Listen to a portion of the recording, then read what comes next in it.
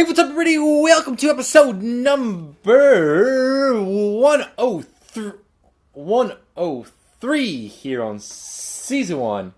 Today, we are talking about, is Jamie Dimon a fraud? This comes after an article that was released yesterday about Jamie Dimon. Hey, what's up, Jay Bridgeforth? Jamie Dimon Jamie Dimon being charges being filed against him over in Sweden for some stuff with the recent him coming out and saying the background looks awesome. Thanks. Yeah, I know, 100%.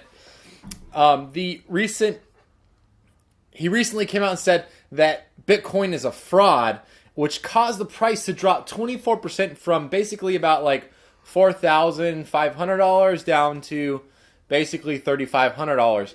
However, in the same day, his company, JP Morgan, became a majority buyer in an ETn called Bitcoin XBT.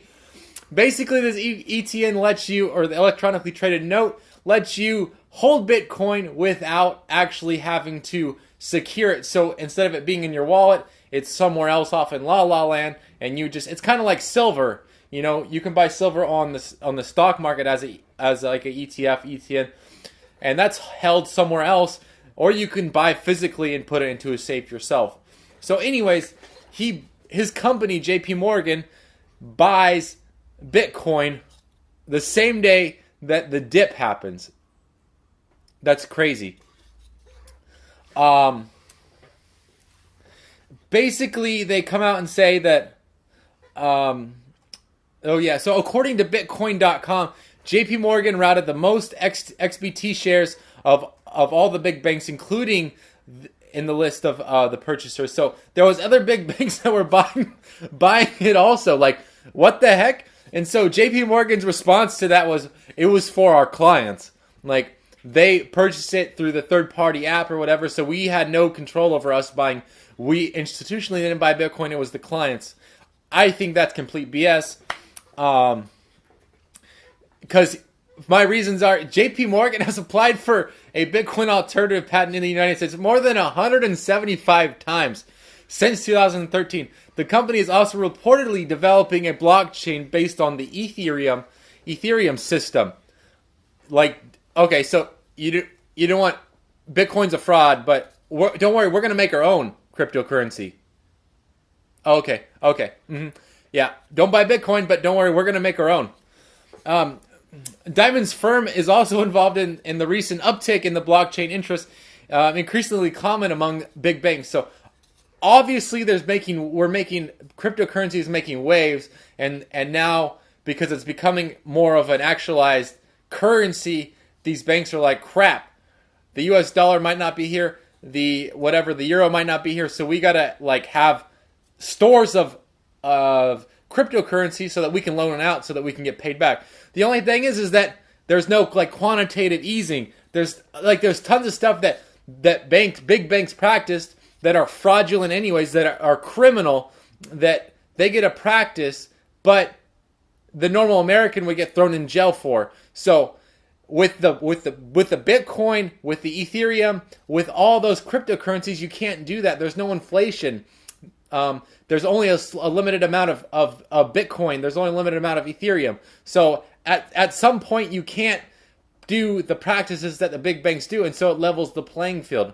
And I think that this is my speculation, is that big banks like JP Chase Morgan, Bank of America, Wells Fargo, all these banks are trying to get in right now because they need the coin in case it does take off, so that they can start loaning it out and making money that way. It's a complete scam because, you know, right now the power has, if cryptocurrency continues to go the way it is and it becomes like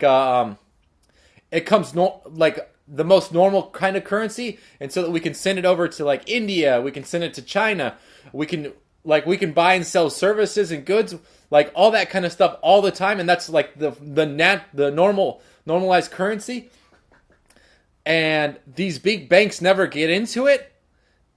they can never make money. Like, there's going to be other banks that are started up because people that had bought in when it was $2, when it was $10, when it was $100, when it was $500, and hold all these Bitcoin, they can start loaning it out.